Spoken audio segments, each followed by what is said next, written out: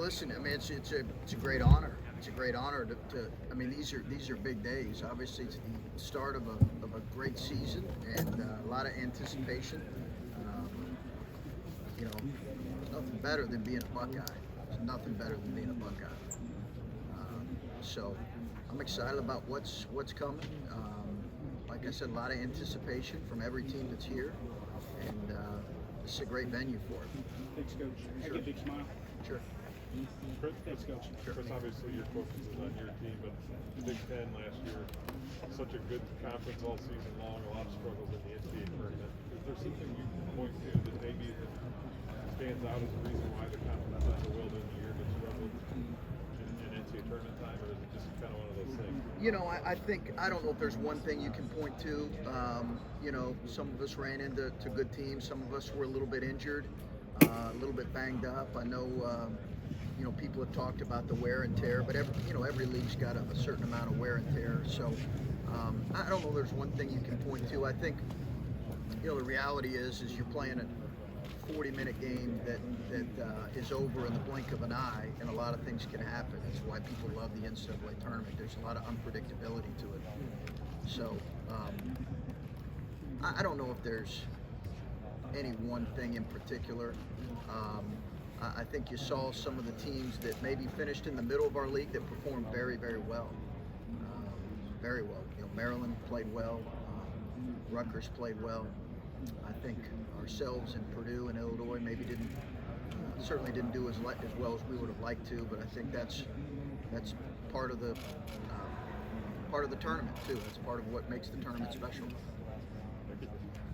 You mentioned earlier you're 6 practices in the preseason, still figuring out a lot of different roles. Can you take us a little bit through like what that backcourt battle looks like right now? I mean, you got some interesting faces there, and you got a lot of production to replace. Yeah, you know, I think I'm anxious to see how it continues to. Honestly, I'm anxious to see every day when we come in. I think we've had some great competition at them.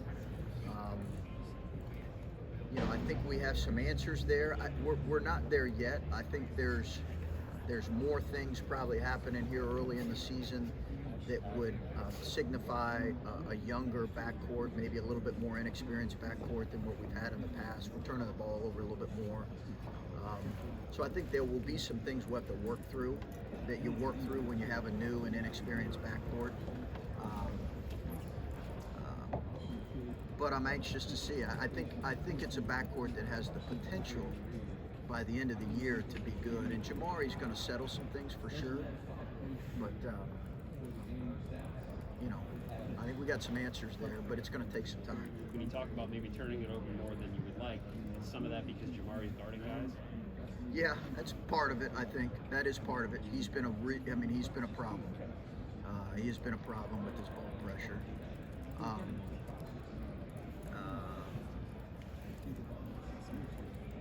You know, I think in general, we have to be better on that end anyway, Adam. Not just in terms of our turnover, which we just have to be better defensively in the backcourt. But yeah, he's been a problem, which is going to get guys like Michi and those guys a lot better. You're down there talking to your teammates, or your players rather, and you know, showing off your drip. But seeing a guy like EJ in the spotlight like that, and seeing him step into, in a lot of ways, he's the face of your team. Not a lot of first-team All Big Ten guys come back in college basketball anymore. How have you seen him start to take? I know we're early, but take some of those steps into being the face of a program. You know, he's got the best smile in college basketball. We know that. He has a joy to him as a person that I think is really contagious at him. Anybody who spends time with him just appreciates who he is and his personality and his disposition, and that's how he is, man. He just is. You've been around him now for 2+ years, and when he said the other day that he really did want to leave a legacy of success here, I think that was from his heart. You know, he really does care about leaving a legacy, and a significant one. He understands more winning has to be done, but you know, you love a kid who's coming back with that mindset. And when you have someone like him who is, you know, a public figure at this point, and he's dealt with the downside of being a public figure, obviously the way last season ended and everything. Have you seen him embrace the attention with open arms? Does he have to be a little bit guarded based on what happened last year? I don't know. It's probably a good question for him. You're talking about with social media? Yes. Yeah. I think it's probably a good question for him. You know, you hope that he continues to just be who he is. Yeah, we're not. Because we all know that's we're not really 99% of the people appreciate him for who he is, and we understand, unfortunately, there's no excuse for what happened. None. And we did everything we could to kind of find and potentially take action there. We kind of left the ball in his court. As I said, it represented some of the worst of humanity with those comments. But I think EJ's the kind of kid that is he'll move on. He's going to live in the moment. That's what I'm going to challenge him with every day. He's in his second year, so he's playing. Chris, Michi was talking to us last week about growing confidence and taking shots that sometimes maybe you don't like, but he practices those, and growing into a better shooter and things like that. I'm just curious how you've seen him grow and kind of dealing with a personality like that, where he may do some things maybe Dwayne-like, where it frustrates you a little bit, but he also, it sounds like, has confidence in that shot, and I assume you want to see him make plays and score the basket for you guys. I do. He's going to have to do that for us. He'll run some point, but he'll also play, whether he's playing the point or not. I think scoring's going to be an important part of his role this year. We need that from him, either at the point guard spot or the combo spot. So, I think he's going to grow into a bigger role. So I think there will be some stuff that naturally we'll work through. We're going to need, a lot more from him than what we needed last year, and that's just the reality. And I think he's ready for it. I think as long as he stays healthy, I think he's poised to have a good freshman year, and that's kind of it's his first full year, so we're still calling him a freshman. He's good. He's a great kid. I'm sorry, go ahead. No, I think he's poised to have a good freshman year. Just his personality really came across last week, and we hadn't talked to him a ton. What does he bring to the locker room? Guys seem to gravitate towards him a little bit. Him and Zed were going back and forth. What's he like behind closed doors when we don't see him as much? Say the last part again. I'm sorry. Just what's he like when not on the court? The personality, the person of Michi Johnson, as opposed to just the basketball player. Well, this is a great city. Obviously, he's really outgoing. He's got an infectious personality. I think it's the best city for these type of tournaments. The hotels, the restaurants. He's a kid that I think people. He's got a charisma to him. What makes it so unique? And I think people gravitate to that. Fan bases too. So, yeah, I mean. We're in the Big Ten. I mean, I think he's been a really fun kid to coach, and obviously he made the transition last year. But I think Buckeye Nation is going to enjoy seeing a young kid kind of grow into his own this year. We got a couple kids that I think people may know a little bit about, but they're going to learn a lot more throughout this year. Coach, is it going to be hard to get certain guys a bigger role given that there's so many seniors on the team? So I'm thinking about a guy like Eugene Brown, for example. Is it going to be hard to get certain guys the amount of minutes that they want to get, even some of the older guys as well? We'll see. I think everybody's going to, we've talked about that. That's going to be a common challenge for a lot of people. You look at a lot of these rosters, and they have a lot of guys. I think role definition and those guys that can accept and embrace their role is going to be critical for every team. Right now, I'm not ready to say what our rotation's going to look like. We've had 6 practices. I think it's still very much a competitive challenge every day. So I'm not, certainly some guys have maybe established themselves through the first few practices, but we'll know more here in the next month, and I think we want to keep it wide open, really for the better part of the first part of the season, and not make any real determinations yet. There's certainly some guys that have earned some things, but there's a lot of positions still up for grabs.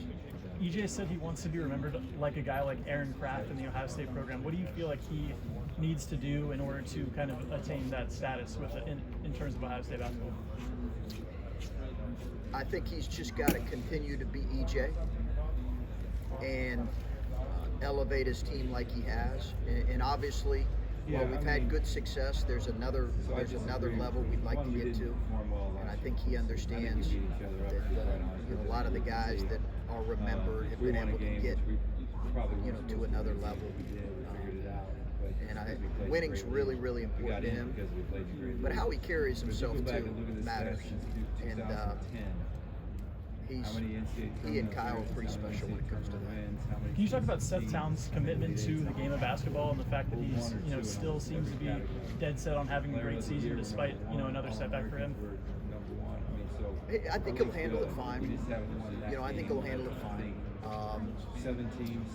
I think that it's not a season-ending injury. As a matter of fact, he should be able to play for at least a half to 2/3 of the season.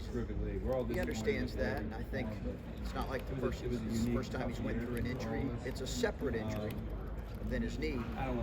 I think he'll handle it with the kind of maturity that he's handled the previous one, and I think he's going to come out on the other end of it really well.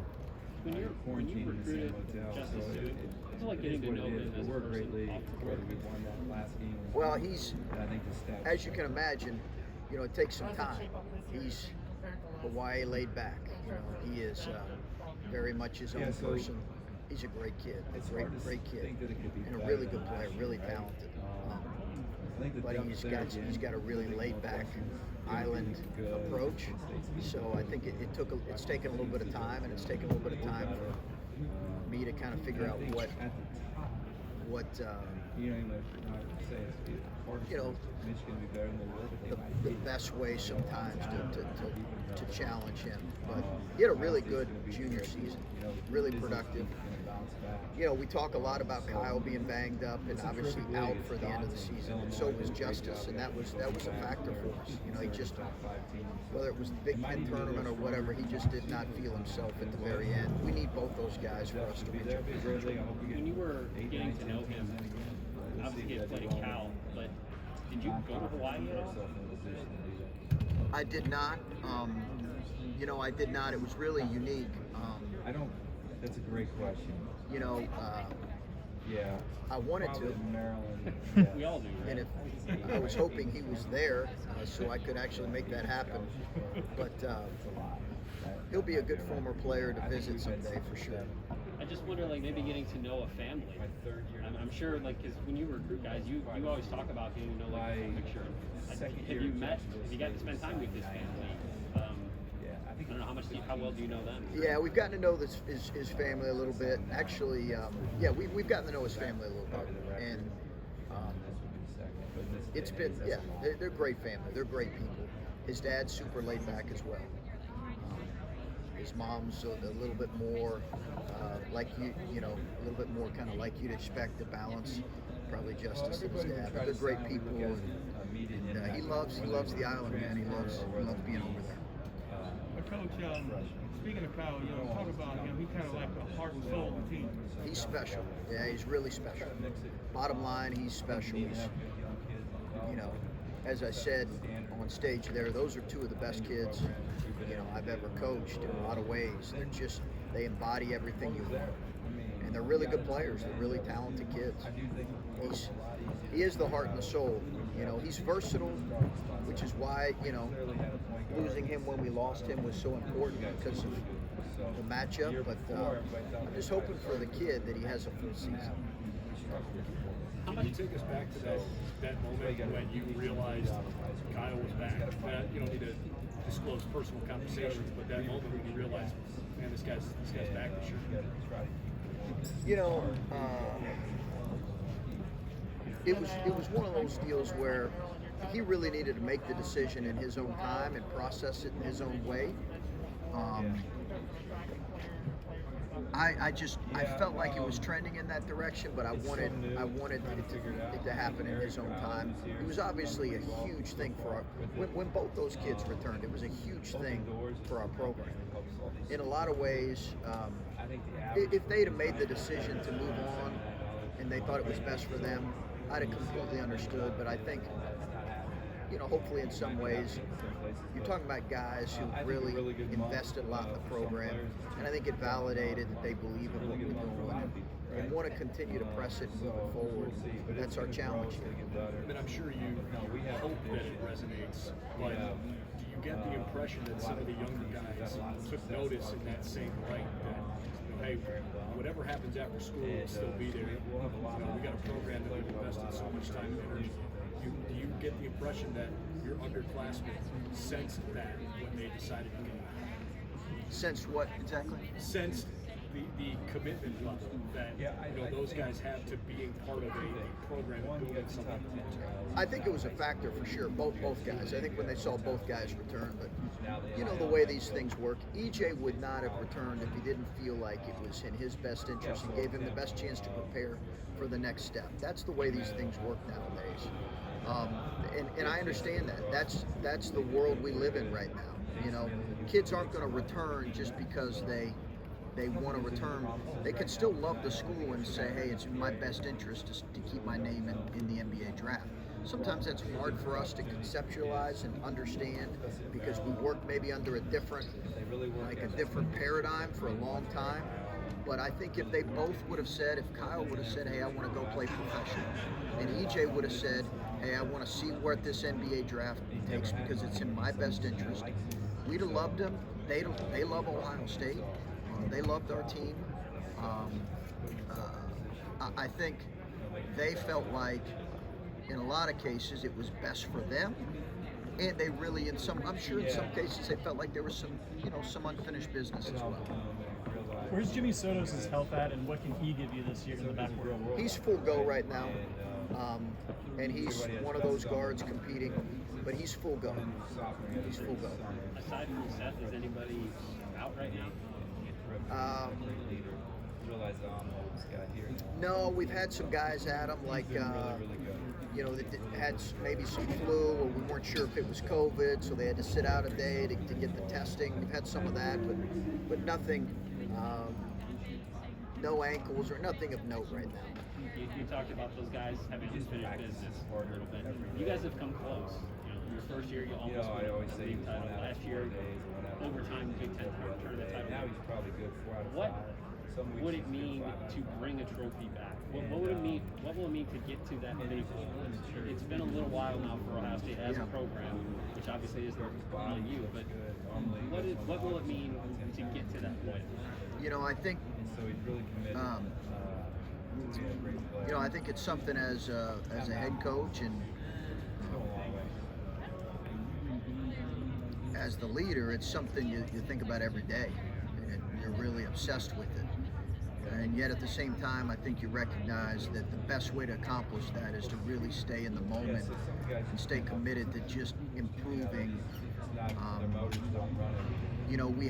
We've been close in, as you mentioned, in the Big Ten tournament, and obviously our first season, and then last year, really leading up until the last 4-game stretch, we were running.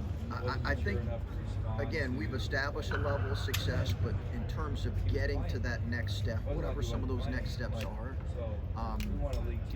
that's what we think about consistently, and ways to best prepare ourselves to do that. I mean, it's a constant.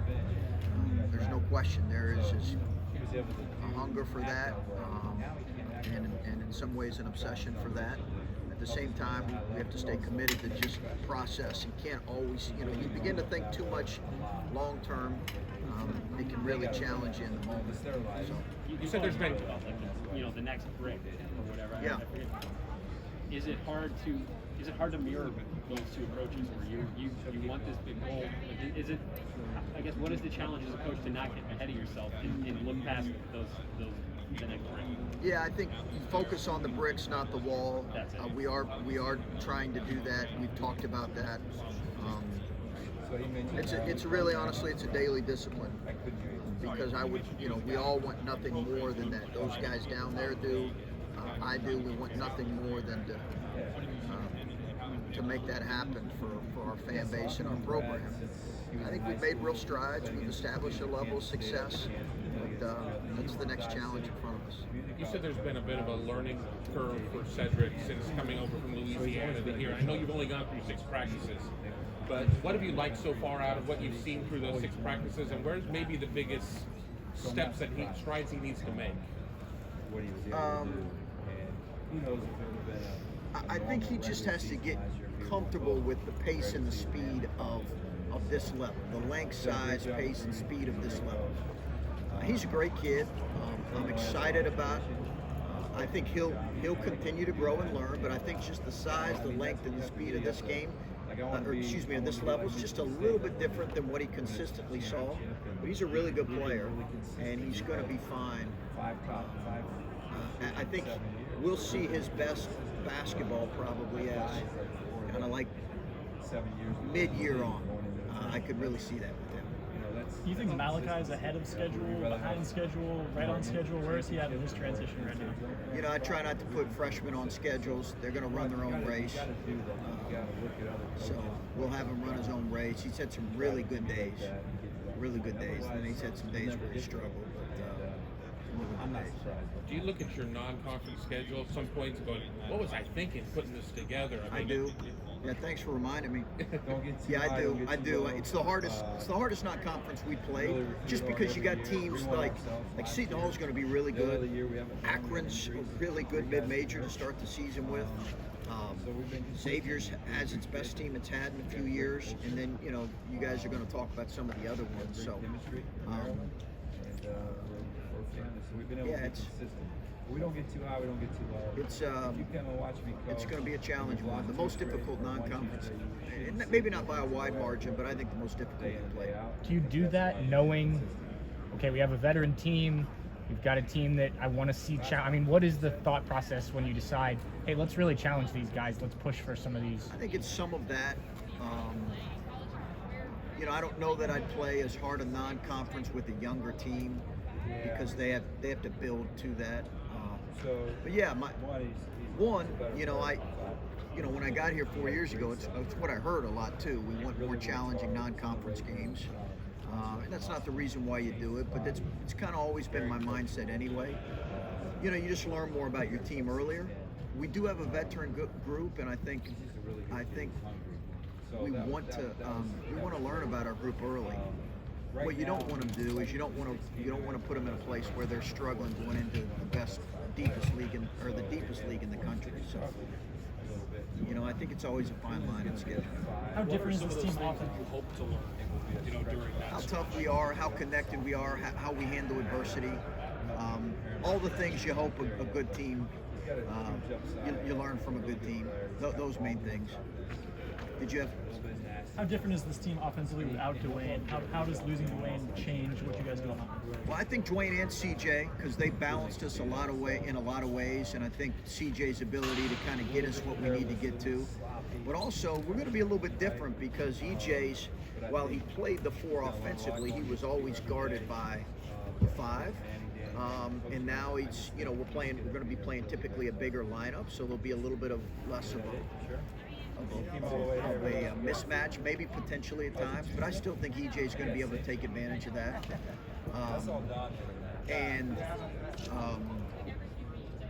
I'm excited. I think this team is good offensively. Again, last year we were elite offensively. Are we going to hit that level? I don't know. The challenge is, can we be better defensively?